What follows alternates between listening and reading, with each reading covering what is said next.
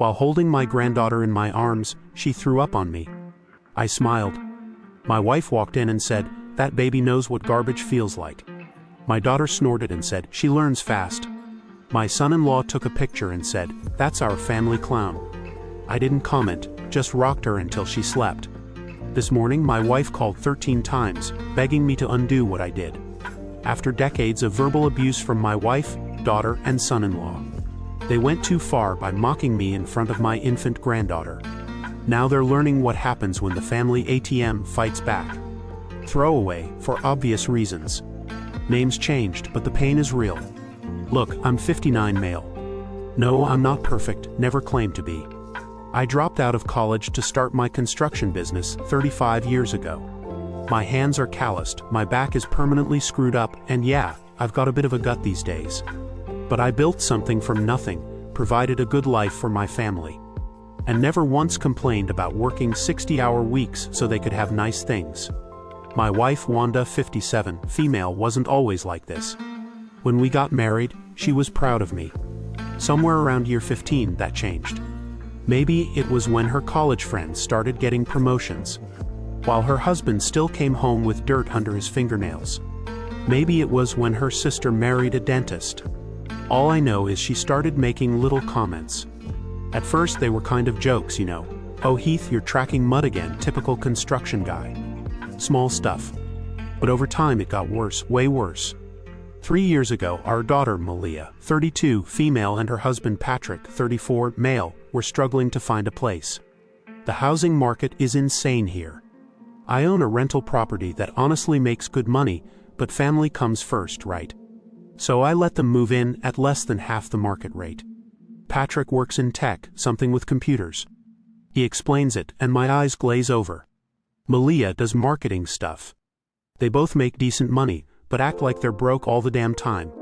For the past 3 years, I've been charging them $1,950 a month for a place that should get $2,200. Fixing everything myself whenever something breaks. Paying for their streaming services because they use our logins. Covering their car insurance, added to our policy temporarily 3 years ago. And watching their baby, Aaliyah, 8 months, for free multiple times a week. And what do I get in return? Constant disrespect. At Christmas, Patrick asked if I knew how to use a smartphone in front of everyone. I've had the same Samsung for 4 years and run my entire business on it. When I mentioned this, he said, "Wow, impressive for someone who still writes checks at the grocery store."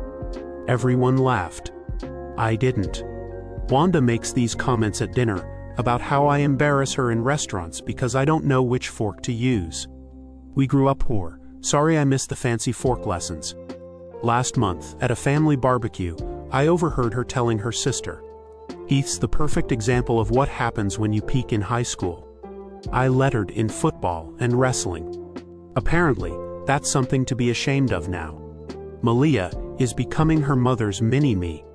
Last week I fixed their dishwasher, saved them a $150 service call. While I was working, she started telling Aaliyah, "This is why we want you to go to college, so you don't have to crawl around on floors when you're grandpa's age." I just kept working. 2 days ago was what broke me. I was watching Aaliyah while they all went out to some wine tasting. I love that little girl more than anything. She's the only person in that house who lights up when she sees me. I was holding her after her bottle, just rocking and talking to her, nothing special, just grandpa stuff. She got fussy and then threw up all over my shirt. Normal baby stuff, right? I smiled at her, told her it was okay, and started cleaning us both up. That's when they all walked in early from their wine thing. Instead of helping, Wanda looked at me and said, "That baby knows what garbage feels like." Those exact words. My own wife. Malia snorted and said, "She learns fast." Then Patrick took out his phone, snapped a picture and said, "That's our family clown right there," like I was some kind of joke. I didn't say anything, just kept cleaning up the baby, rocked her until she fell asleep, put her in her crib and went home. Wanda came home about an hour later, already complaining about something else, not even acknowledging what had happened. That night I couldn't sleep, kept seeing their faces, hearing those words, "The baby knows what garbage feels like." 35 years of marriage, one daughter, a granddaughter I adore, and that's how they see me, the family garbage, the family clown. So yesterday morning, while Wanda was at her yoga class, I made some calls. Important calls. Long overdue calls. See, what my family doesn't understand is that while I might not know which fork to use at a fancy restaurant, I know exactly how money works. I know who pays for what in this family. I know about Patrick's online gambling habit that he thinks nobody knows about. Dude uses our home Wi-Fi network, and I check the router logs. I know about Wanda's secret credit card that's almost maxed out. I know exactly how financially dependent they all are on good old, dumb Heath. By the time I finished those calls, I felt calm for the first time in years. I went to the garage, cracked open a beer, and waited for the storm. This morning, my phone started ringing at 6:43 a.m. It was Wanda, then Malia, then Patrick, then Wanda again. 13 calls total while I sat there drinking my coffee, watching the sunrise. 13 increasingly desperate voicemails. I still haven't called them back. You spend decades being someone's doormat, and they forget you can stand up anytime you want. They're about to remember. Update 1. First, thanks for all the support. Not gonna lie, waking up to thousands of notifications was wild. Some of you asked if I was karma farming. I wish. This is, unfortunately, my real life. Where we left off, my family mocked me in front of my granddaughter, calling me garbage and the family clown. I made some calls, and then ignored 13 increasingly desperate phone calls from them the next morning. So, what did I actually do? Let me break it down. For years, I've been the family bank. Most of my income goes towards supporting people who apparently think I'm worth less than the dirt under their fingernails.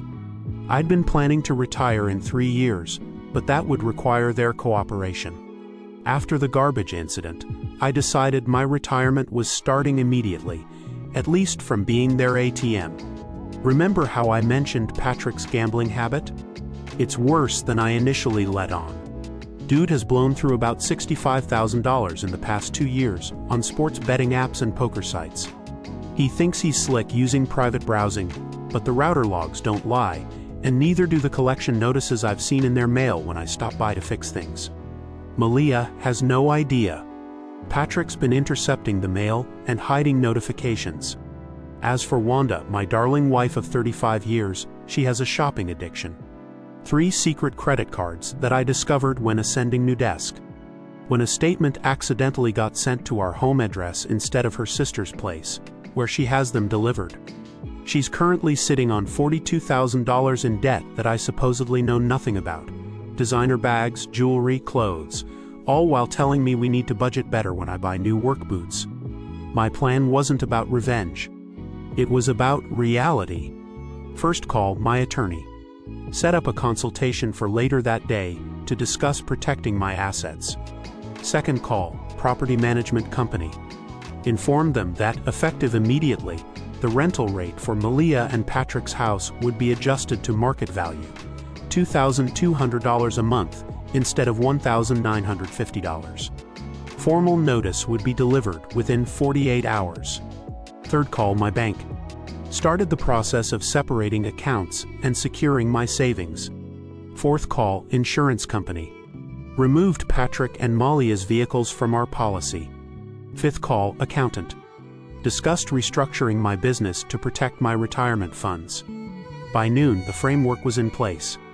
I wasn't being vindictive. I was simply stopping the endless flow of my money into their hands, stopping the financial support of people who see me as garbage. Then I went home and waited. Wanda came back from yoga around 1 p.m. She acted normal at first, complaining about some woman at class wearing inappropriate leggings. I sat at the kitchen table, scrolling through my phone, barely responding. Then her phone pinged with a notification. My attorney had sent her an email, CCing me, confirming our appointment to discuss financial restructuring and potential separation of assets. Her face went from annoyed to pale in about 3 seconds. She started with questions. What's this about? Are you seeing someone else? Have you lost your mind? I kept my responses short. No, I'm not cheating. No, I haven't lost my mind. In fact, I've finally found it. She switched tactics, going from angry to sweet in an instant. Suddenly, I was honey and sweetheart instead of the family garbage. I just kept eating my sandwich. Around 3 p.m., my phone exploded with texts from Malia. The property management company had called about the scheduled delivery of the rent increase notice. She wanted to know if this was some kind of mistake. I texted back one word, no. 10 minutes later, Patrick was calling. I let it go to voicemail. He left 4 messages, each one more desperate than the last. In the final one, his voice actually cracked when he asked if I could at least give them some time to figure things out. By dinner time, Wanda was in full panic mode. She checked our joint accounts and saw that I'd moved most of the money out, leaving just enough to cover regular bills. She started crying, saying she didn't understand what had gotten into me. I reminded her about the garbage comment. She tried to play it off as a joke, saying I was being too sensitive. That's when I showed her the printouts of her secret credit card statements. The look on her face was like watching someone see a ghost. She sat down hard on the kitchen chair, mouth opening and closing like a fish. For once in our marriage, Wanda had absolutely nothing to say. I slept in the spare room that night, not because she asked me to, but because I couldn't stand to be near her. My phone kept buzzing with notifications. I put it on silent. The next morning, I met with my attorney. We spent 2 hours going over options, not necessarily divorce, but certainly protection. He advised documenting everything, which I'd already started doing. Every nasty comment, every financial deception, all of it. I got home to find Malia sitting in our driveway. Aaliyah was in her car seat in the back. That was low, using my granddaughter as a prop. I almost caved when I saw that little face, but then I remembered them laughing while I was covered in baby vomit. Malia tried the waterworks first. When that didn't work, she switched to anger. How could you do this to us? We'll never make next month's rent at the new rate. We'll have to move. Do you want your granddaughter living in some sketchy apartment because her grandfather's having a midlife crisis? I looked her in the eye and asked if she knew about Patrick's gambling. The way her face changed told me everything. She had no idea. I suggested she ask him about the $65,000 before worrying about next month's rent. She left in tears, but not before I kissed Aaliyah goodbye. That part was hard, really hard. By the end of the week, things had escalated. Patrick showed up at my workplace causing a scene. He swung between begging and threatening, saying he'd make sure I never saw Aaliyah again if I didn't back off. I recorded the whole thing on my phone, just in case. Wanda moved in with her sister temporarily, after I refused to budge on the financial changes. Before she left, she tried one last manipulation tactic, asking if 35 years of marriage meant nothing to me. I asked her the same question. It's been 2 weeks now. The formal notices have all been delivered. My attorney has drafted legal documents protecting my assets. The property management company confirms Malia and Patrick haven't paid the new rent amount yet. Last night, I was sitting on my deck alone, drinking a beer, when a notification popped up on my phone. Patrick had tagged me in a social media post, that picture of me covered in baby vomit, with a long rant about ungrateful boomer parents who abandon their families. It had 0 likes and 3 comments telling him to take it down. This morning I woke up to a text from Malia, just 2 words, "We need to talk." I'm meeting her for coffee tomorrow without Patrick. She says she found something on their shared computer that I need to see. I don't know what's coming next. Part of me feels guilty, especially about Aaliyah, but you know what feels better than guilt? Self-respect. For the first time in decades, I'm not a doormat. I'm not garbage. I'm not a clown. I'm just a man who finally decided his dignity was worth fighting for. Final update. Something strange happens when you finally stop giving a damn what people think of you. It's like a superpower. For 6 decades, I worried about being liked. Now, I sleep like a baby. When I left off, I was about to meet Malia for coffee without Patrick. She said she'd found something on their computer I needed to see. That coffee shop meeting was just the beginning of their nightmare, and my liberation. Malia showed up looking like absolute hell, unwashed hair, bloodshot eyes, wearing the same hoodie she'd had since college, no wedding ring. She pushed her laptop toward me without a word. What I saw confirmed everything, and worse. Patrick's gambling debts weren't $65,000. They were $112,000. He'd taken out loans against their car, maxed out 7 credit cards, and this is where I nearly lost it, had been borrowing from Malia's college fund that her grandparents had set up. But that wasn't all. Emails to some woman named Dolores, going back 18 months. Graphic, detailed hotel receipts, pictures I wish I could unsee. The best part? Patrick had apparently been using my Wi-Fi to send these emails whenever they visited my house, while I was fixing their garbage disposal or babysitting their kid for free. Malia wasn't crying. She was beyond tears. She asked if she and Aaliyah could stay with me temporarily. I agreed with conditions. This wasn't going to be another situation where Daddy fixes everything. What I didn't tell her was what else I'd already done. Remember those calls I mentioned? After meeting with my attorney, I'd moved 90% of my assets into protected accounts and trusts. But I'd also made some other calls, to Patrick's parents, to his boss, to the guy who runs the Thursday night poker game. I told them everything, with the receipts. His parents were horrified, his boss was concerned about judgment issues, and the poker buddies kicked him out of their game, all within 48 hours. I also compiled every nasty text, email, and comment my family had made about me over the years. Screenshots, recordings, the works. Put it all in a shared folder and sent it to Wanda's sister, her parents, and her closest friends with a simple message. This is how my family has treated me for years, now I'm done. The texts started rolling in immediately. Wanda's sister called her disgusting. Her mother was ashamed. Her best friend since college said she didn't recognize the person in these messages. By the end of the week, Wanda had no one to stay with. Her sister kicked her out. She called me 13 more times, each message more desperate than the last. Good. Meanwhile, Patrick was spiraling. His buddy Xavier kicked him out after 3 days when Patrick couldn't chip in for beer. No family to turn to, no friends willing to help, credit cards maxed, accounts emptied. He showed up at my house at midnight, pounding on the door, clearly drunk, screaming about seeing his daughter. I didn't even open the door, just called the cops through my new security app and recorded the whole meltdown on my doorbell camera. They found cocaine in his car. Not my problem. Malia filed for emergency custody the next day. 2 weeks in, Wanda finally cornered me at the grocery store, followed me around the produce section, begging for just 5 minutes to explain. I grabbed my phone, hit record, and said, "Go ahead." She broke down right there between the apples and zucchini, said all the things you'd expect. She was sorry, she'd been horrible, she didn't know why she'd change, the usual. I just looked at her and asked, "Do you remember calling me garbage in front of our granddaughter? Do you remember laughing while Patrick took that photo? Do you remember 35 years of little cuts?"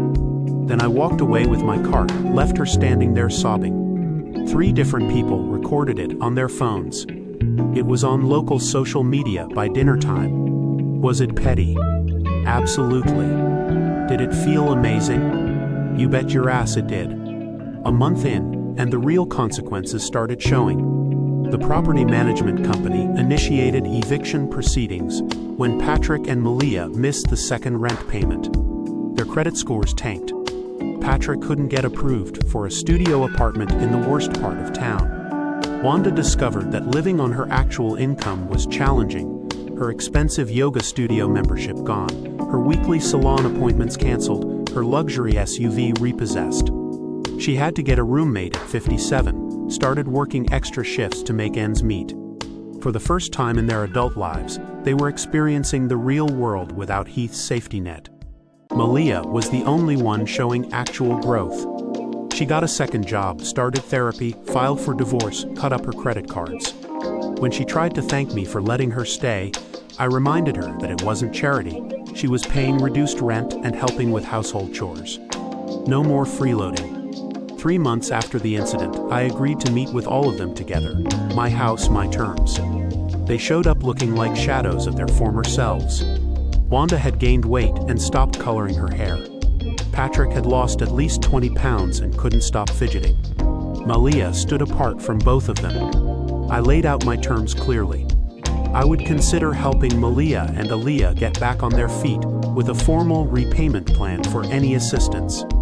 Patrick would need to complete gambling addiction treatment, get a steady job, and pay child support before having unsupervised visits with Aaliyah. Wanda and I would remain separated. Any reconciliation would require intensive couples therapy, a postnuptial agreement, and separate finances indefinitely. No one, absolutely no one, would ever disrespect me again. One strike, and they're permanently out of my life. There were tears, arguments, begging, but in the end they all agreed, not because they wanted to, but because they had no choice. 6 months have passed since then. Where are we now? Malia and Aaliyah moved into a small apartment last month. She's managing on her own with minimal help from me. Just occasional babysitting and a small loan that she's actually repaying on schedule. Patrick completed 30 days of inpatient treatment and found a job delivering packages. He sees Aaliyah twice a week with supervision. He still looks at me like I might end his existence with a phone call. Good. Wanda and I have had exactly 6 counseling sessions. Progress is slow. We're not living together. I'm not sure we ever will again. The counselor says I have unresolved anger. No shit. Yesterday was Aaliyah's first birthday, a small celebration at Malia's new place. Everyone was on their best behavior. No snarky comments, no eye-rolling, just awkward politeness and genuine love for that little girl. At one point, I was holding Aaliyah when she threw up on my shirt again. The room went dead silent. Everyone froze, eyes darting between me and the baby. I smiled at her, told her it was okay, and started cleaning us both up. No one said a word. The tension was thick enough to cut with a knife. That's when I looked up at all of them, my family who had treated me like garbage for years, and said, "Anyone want to make a comment about this? Anyone at all?" They all looked at the floor. Patrick literally backed away. Wanda busied herself with a napkin. Malia shook her head quickly. That's when I knew I had won, completely and totally. Is this story over? Hell no. Families are complicated. But the old dynamic is dead forever. My family now understands a fundamental truth. I am not to be taken for granted. I am not an ATM. I am not a joke. Sometimes the best revenge isn't some elaborate scheme. It's simply letting people face the consequences of their actions while you watch from a comfortable distance. With a cold beer and a fully funded retirement account they can't touch.